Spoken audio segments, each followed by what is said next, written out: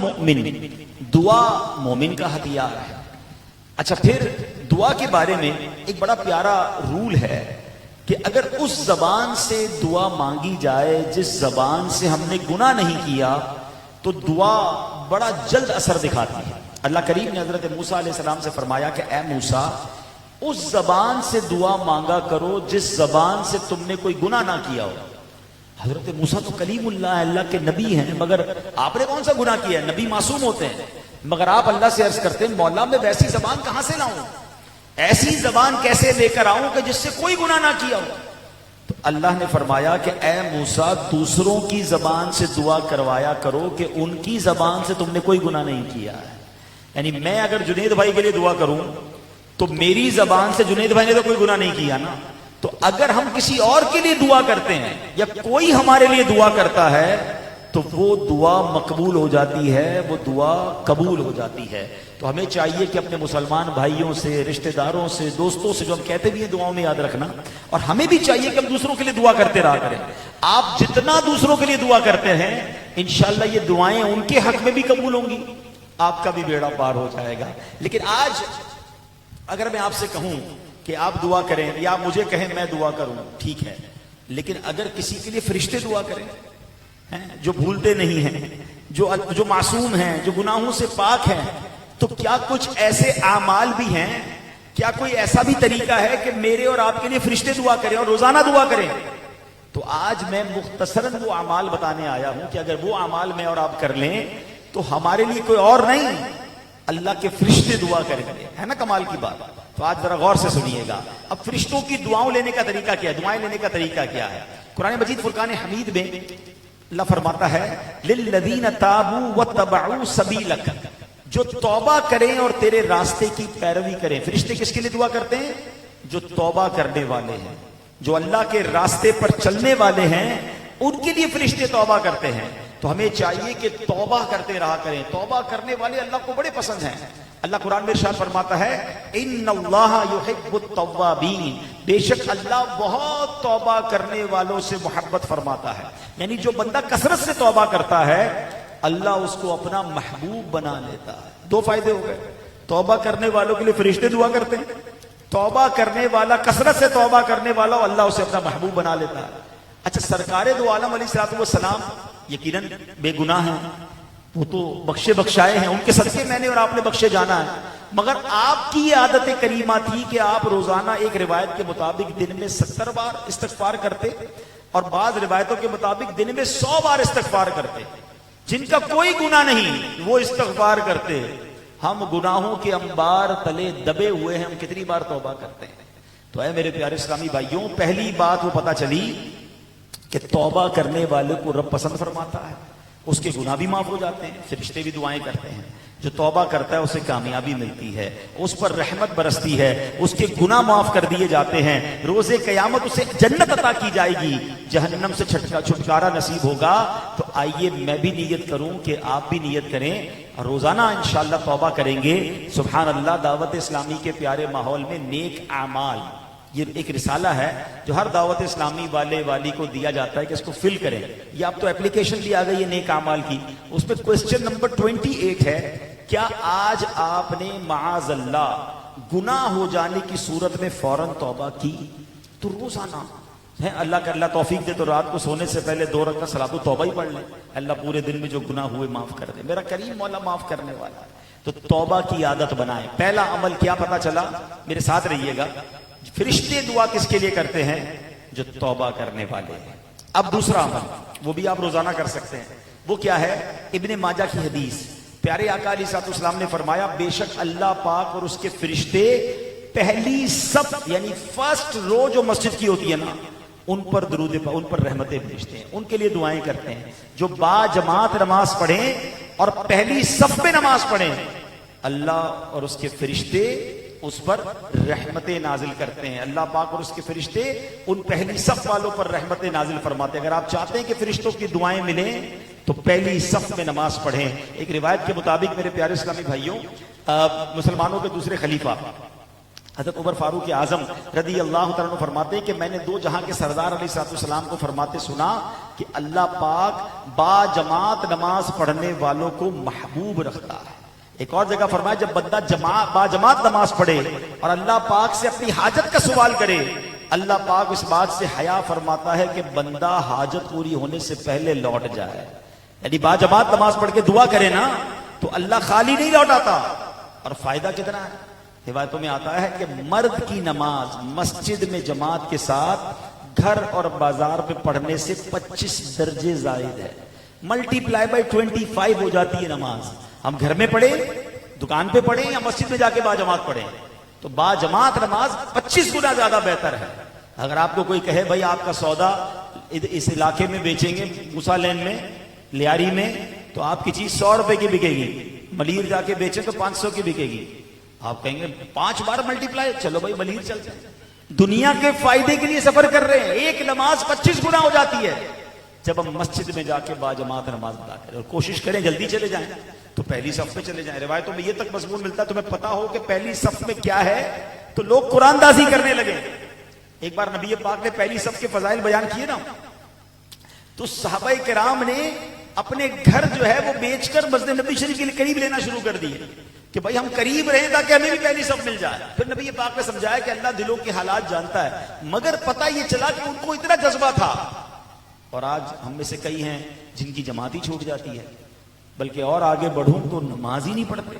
یہ تو پہلی صف کی فضیلت ہے, نماز ہی نہیں پڑھ رہے لوگ. حالانکہ میں آپ کو عجیب سی بات بتاؤں, تقریباً 2.5-3 مہینے پہلے آپ سارے تقریباً 5 وقت کے نمازی تھے. ایسا ہے کہ 2.5 مہینے 3 مہینے تو ہوئے رمضان میں سب نے نماز پڑھ رہے تھے. ایسا تو ہوگا انشاءاللہ, میرا حسن ظن ہے کہ آپ رمضان میں تو پڑھ ہی رہے تھے سارے. تو جب آپ 2.5 مہینے پہلے 5 وقت کے نمازی تھے تو اب کیا ہو گیا؟ رمضان گیا ہے نا, ایمان تو نہیں گیا. نماز تو ابھی بھی فرض ہے. رمضان میں پڑھ رہے تھے پھر بعد میں کیوں چھوڑ دی؟ دوبارہ آئیے, یہ تو ذوالحج کا مہینہ ہے, اگلا محرم کا مہینہ ہے, آخری مہینہ بھی قربانی ہے, پہلا مہینہ بھی قربانی ہے. یہاں حضرت ابراہیم کی قربانی ہے, حضرت اسماعیل کی قربانی ہے, محرم میں کربلا والوں کی قربانی ہے. وہ جان لٹا دیں, ہم نماز نہ پڑھیں, ہمارے لیے نماز کا ٹائم نہیں نکلتا. تو اگر فرشتوں کی دعائیں لینی ہیں تو با جماعت پہلی صف میں نماز پڑھیں, پھر خیر ہی خیر ہے. جس کے لیے فرشتے دعائیں کر رہے ہیں اس کے تو کام ہی بن جانا ہے نا. اور سنیں ایک اور عمل جو سبحان اللہ, آپ فرشتوں کی دعائیں کیسے لے سکتے ہیں. پیارے آقا علیہ السلام فرماتے ہیں, مسلم شریف کی حدیث, حضرت ابو ہریرہ راوی ہیں کہ رسول ذیشان مکی مدنی سلطان صلی اللہ علیہ وسلم نے فرمایا بے شک جب بندہ اپنی نماز کی جگہ پر بیٹھا رہتا ہے جہاں اس نے نماز پڑھی ہے تو جب تک اس کا وضو نہ ٹوٹے فرشتے اس پر درود بھیجتے رہتے ہیں. فرشتے کہتے ہیں اللہم اغفر لہو, اللہم ارحمہ, اے اللہ پاک اسے بخش دے, اے مالک کریم اس پر رحم فرما. جس کے لیے فرشتے دعا کریں اللہ اسے بخش دے, اس پر رحم فرما, اس کے تو وارے نہیں آ رہے ہو گئے نا. پھر بات آ گئی نماز کی. نماز پڑھیں گے, مسجد میں جائیں گے تو برکتیں ملیں گی. یعنی نماز پڑھنے کے بعد بیٹھے رہیں, اتنی ذکر و اذکار کرتے رہے. اتنی جلدی ہوتی ہے یہاں تو جناب کہ ابھی امام صاحب سلام پورا نہیں پھیرتے لوگ نکلنا شروع ہو جاتے, دعا تک تو انتظار ہی کوئی نہیں کرتا. ایسا نہ کیا کریں.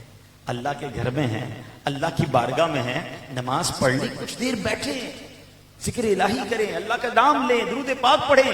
جتنی دیر آپ بیٹھیں گے, اگر آپ کو میں تھوڑی دیر کے لیے دنیا کا معاملہ سمجھاتا ہوں, سمجھانے کے لیے کہہ رہا ہوں کہ آپ کو کوئی کہے مسجد میں آؤ, نماز پڑھ کے جتنی دیر بیٹھو گے ہر 10 منٹ بعد 1000 روپے دوں گا. آپ بتائیں کتنی دیر بیٹھیں گے؟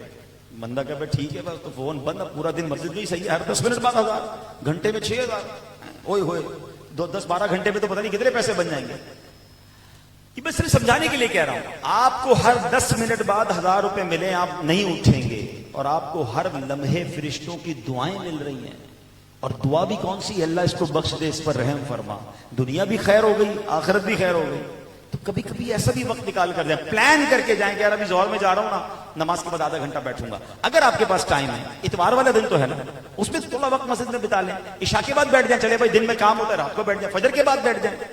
یہ ذہن بن جائے نا کہ یار میں جتنی دیر اپنی اسی جگہ پر بیٹھوں گا, حدیث کے الفاظ ہیں جب تک اس کا وضو نہ ٹوٹے یا وہ جگہ سے نہ ہٹے, اللہ کی طرف سے فرشتے سبحان اللہ دعائیں کرتے رہیں گے. ایک اور بڑا کمال کا کام, مسلمانوں کے چوتھے خلیفہ حضرت مولا علی شیر خدا کرم اللہ تعالی وجہ الکریم فرماتے ہیں کہ نبی پاک نے فرمایا جب مسلمان اپنے مسلمان بھائی کی عیادت کرتا ہے، مریض کی عیادت کرتا ہے، مریض کے پاس بیٹھنے تک جنت کے باغ میں چہل قدمی کرتا ہے. جب وہ بیٹھتا ہے اسے رحمت ڈھانپ لیتی ہے. جب کوئی صبح کے وقت مریض کی عیادت کرتا ہے شام ہونے تک 70,000 فرشتے اس کے لیے دعائیں مغفرت کرتے رہتے ہیں. اور جو شام کے وقت عیادت کرتا ہے صبح ہونے تک 70,000 فرشتے اس کے لیے دعائیں مغفرت کرتے رہتے ہیں. کتنا آسان کام ہے. 70,000 اینجلز، 70,000 فرشتے میرے لیے دعا کریں. ہم 70,000 بندے تیار نہیں کر سکتے دعا کرنے والے. ایک بار مریض کی عیادت بندہ کر لے تو سبحان اللہ 70,000 فرشتے دعائیں کر رہے ہیں. اب لیکن اب تو مریض بھی واٹس ایپ پہ چل رہا ہے، واٹس ایپ پہ پوچھ لیا تب بھی ٹھیک ہے، سب خیر ہے، اوکے. ارے بھائی چل کے جائیں، اتنا بڑا ثواب ہے، اس کی اچھی طریقے سے عیادت کریں، اس کو دعائیں دے کر آئیں. ہم مریض کے پاس بھی فارمیلٹی کے طور پہ جاتے، نہیں جاؤں گا تو برا لگ جائے گا، یار خاندان کا معاملہ ہے. نہیں، اللہ کی رضا کے لیے. اور مزہ پتہ ہی کیا ہے کہ کسی غریب مریض کے پاس بھی جائیں. سیٹھ کے پاس تو سارے چلے جاتے ہیں، اپنے ملازم کے پاس جائیں، اپنے کسی غریب پڑوسی کے پاس جائیں جس کو امید نہیں آپ آئیں گے اور آپ اس کے پاس پہنچ جائیں. پھر دیکھیں کیسے اس کی بھی دل سے دعا، اس کو کتنی خوشی ہوگی کہ یار مجھے پوچھنے آئے کوئی، مجھے کون پوچھتا ہے. اور مریض کی عیادت صرف ہاسپٹل میں جا کے نہیں ہوتی، آپ کے خاندان میں مریض ہوں گے، آپ کے گھر میں مریض ہوں گے، بیچارے بزرگ گھر میں پڑے ہوتے ہیں، کوئی نہیں پوچھتا انہیں. ہاں، مریض کی عیادت کے آداب بھی لکھے ہیں کہ ایسے وقت میں جائیں جب وہ آرام نہ کر رہا ہو، اس کے آرام میں خلل نہ آئے. اتنی دیر بیٹھے جتنی دیر آپ کا بیٹھنا اسے پسند ہو، ایسا نہ ہو کہ اتنا بیٹھ جائے کہ وہی تنگ آ جائے آپ سے. تو اس کے آداب کا خیال رکھ کے مریض کی عیادت کرے، یہ بڑی نیکی ہے. سرکار دو عالم علیہ الصلوۃ والسلام کی عادت تھی، آپ کو اتنا مل جاتی نا کہ کوئی مریض ہے، کوئی بیمار ہے تو چاہے اس کی رہائش مدینہ منورہ کے آخری کنارے پر کیوں نہ ہوتی، میرے آقا اس کی عیادت کے لیے تشریف لے جایا کرتے تھے. تو یہ عادت کو ڈیولپ کریں، فرشتے دعائیں دیں گے. اتنے سارے مسئلے ہیں، میں بھی آپ سے پوچھوں بتاؤ کیا کیا پرابلم ہے. ہر بندے کے ساتھ کچھ نہ کچھ مسئلے چل رہے ہیں. ہم چاہتے بھی ہیں مسئلہ حل ہو جائے، ہمیں بھی لوگ کہہ رہے ہوتے دعا کرنا. ہم جیسے گناہ گاروں سے کیا دعا کروانی یار. 70,000 فرشتے دعا کریں گے آپ کے لیے. میں آپ کو وہ اعمال بتا رہا ہوں نا، ثواب الگ ملے گا سنت پر عمل کرنے کا، اور فرشتوں کی دعائیں 70,000 صبح سے شام تک دعائیں کریں گے. اللہ کرے کہ یہ باتیں ہمیں سمجھ آ جائیں اور ہم ان نیکیوں پر عمل کرنے والے بنیں. اسی طرح ایک اور عمل بتا دوں. حدیث پاک میں آتا ہے کہ بندے کی اپنے مسلمان بھائی کے لیے اس کی پیٹھ پیچھے دعا کرنا، سبحان اللہ، وہ مقبول ہے. جب بندہ اپنے مسلمان بھائی کے پیٹھ پیچھے دعا کرتا ہے نا تو اس کے سر کے پاس ایک فرشتہ مقرر ہوتا ہے. جب یہ اپنے بھائی کے لیے دعا کرتا ہے فرشتہ کہتا ہے آمین ولک بمثل، یعنی اللہ پاک تمہاری دعا قبول فرمائے اور جو تو نے اپنے مسلمان کے لیے بھائی کے لیے مانگا اللہ تجھے بھی ویسا عطا فرمائے. کیا پیاری بات ہے. میں مانگوں، آپ مثال دے رہا ہوں، آپ کو حج کا ثواب چاہیے یہیں بیٹھے بیٹھے، آپ کو قربانی کا ثواب چاہیے.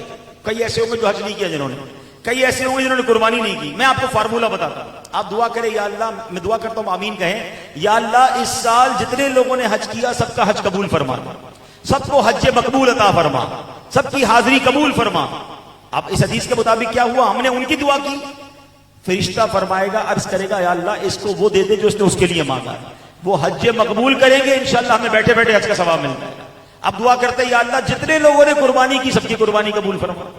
اچھا، اس سے ایک اور خوبصورت بات ہوتا ہے کیا پیدا ہو رہی ہے، ہمارے دلوں میں مسلمان بھائیوں کے لیے محبت پیدا ہو رہی ہے. جانتے نہیں ہیں ان کو مگر سب کے لیے دعا کر رہے ہیں. یہ وہ جذبہ ہے جو ریکوائرڈ ہے. اللہ سب کی خیر فرما، میرے لیاری میں رہنے والے سارے مسلمانوں کی خیر فرما. اے اللہ جتنے غریب ہیں سب کو خوشحال کر دے. اے اللہ بے روزگاروں کو روزگار دے دے. اے اللہ بیچارے جتنے ہاسپٹل میں ہیں سب کا بھلا کر دے. سب کا بھلا سوچنے کا ذہن بنا لو. آپ جب غائبانہ لوگوں کے لیے دعائیں کرتے ہیں نا تو ان کے لیے جو آپ دعا کر رہے ہیں وہ پہلے آپ کو ملے گا. فرشتہ کہے گا آمین ولک بمثل، یعنی اللہ پاک تمہاری دعا قبول فرمائے اور جو تو نے مسلمان بھائی کے لیے مانگا اللہ تجھے بھی عطا فرمائے. پازیٹیو رہے نا، اچھا سوچے. اللہ سب کو نواز، سب کا بھلا، سب کی خیر، سب کے بھلے میں اپنی خیر، آپ کی خیر ہی ہوگی. کتنا کمال کا طریقہ ہو گیا کہ میں بیٹھے بیٹھے فرشتوں کی دعاؤں کا حقدار بن جاؤں کہ جب بھی ہاتھ اٹھاؤں سب مسلمانوں کے لیے دعا کروں. آپ کو پتہ ہے حضرت ابو دردہ صحابی رسول ہیں، ان کی عادت کیا تھی، 360 دوست تھے ان کی لسٹ بنائی ہوئی تھی. انہوں نے ہر نماز کے بعد ان 360 لوگوں کے لیے دعا کرتے تھے. تو آپ کی زوجہ نے کہا کہ یہ کیا کمال ہے، آپ ہر نماز کے بعد ان کے لیے مانگتے ہیں. تو آپ نے کہا کہ جب بندہ مسلمان بھائی کی غیر موجودگی میں اس کے لیے دعا کرتا ہے نا تو اللہ پاک 2 فرشتے مقرر کرتا ہے جو کہتے ہیں ودا ولک بمثل ذالک، جو تو نے اپنے بھائی کے لیے مانگا اللہ تجھے ایسا عطا فرمائے، میں ان کے لیے مانگتا ہوں اللہ مجھے دے دیتا ہے نا کمال کی بات۔ حضرت فاطمہ تو زہرا رضی اللہ تعالیٰ عنہ، دیکھو کتنی کمال کی ہستی ہیں، خاتون جنت ہے نا۔ آپ کے بڑے شہزادے فرماتے ہیں میں نے والدہ محترمہ کو دیکھا، محراب گھر میں محراب بنائی تھی، ساری رات نماز پڑھتی، یہاں تک کہ فجر کا وقت ہو جاتا میری والدہ تمام مسلمان مرد و خواتین کے لیے دعائیں مانگتی، اپنے لیے کچھ نہ مانگتی۔ میں نے عرض کی امی جان کیا سبب ہے؟ دعائیں مانگتی ہے مگر اپنے لیے نہیں مانگتی، سرکار کی امت کے لیے، سارے مسلمان مرد عورتوں کے لیے مانگتی ہیں۔ بی بی فاطمہ خاتون جنت فرماتی بیٹا الجوارو ثم الدار، پہلے پڑوس پھر گھر، یعنی پہلے مسلمانوں کے لیے مانگنے ہے پھر اپنی باری آنی ہے۔ اللہ اکبر، یہ کیسا پیارا ذہن ہے، اللہ کرے یہ بات سمجھ آ جائے۔ تو بہرحال وقت تھوڑا تھا، میں نے آپ کو چند اعمال بتائے ہیں کہ یہ وہ اعمال ہیں جو کریں گے تو فرشتوں کی آمین، فرشتوں کی دعائیں آپ کو ملنا شروع ہو جائیں گی۔ تو اللہ سے دعا کرتا ہوں کہ رب کریم ہمیں یہ اعمال کرنا نصیب فرمائے، با جماعت نماز پڑھنا نصیب فرمائے، پہلی صف میں نماز پڑھنا نصیب فرمائے، نماز کے بعد کچھ دیر اللہ اپنے ذکر و اذکار کرنے کی توفیق عطا فرمائے، مریضوں کی عیادت کرنے کی توفیق عطا فرمائے اور مسلمانوں کے لیے دعائیں کرنا نصیب فرمائے۔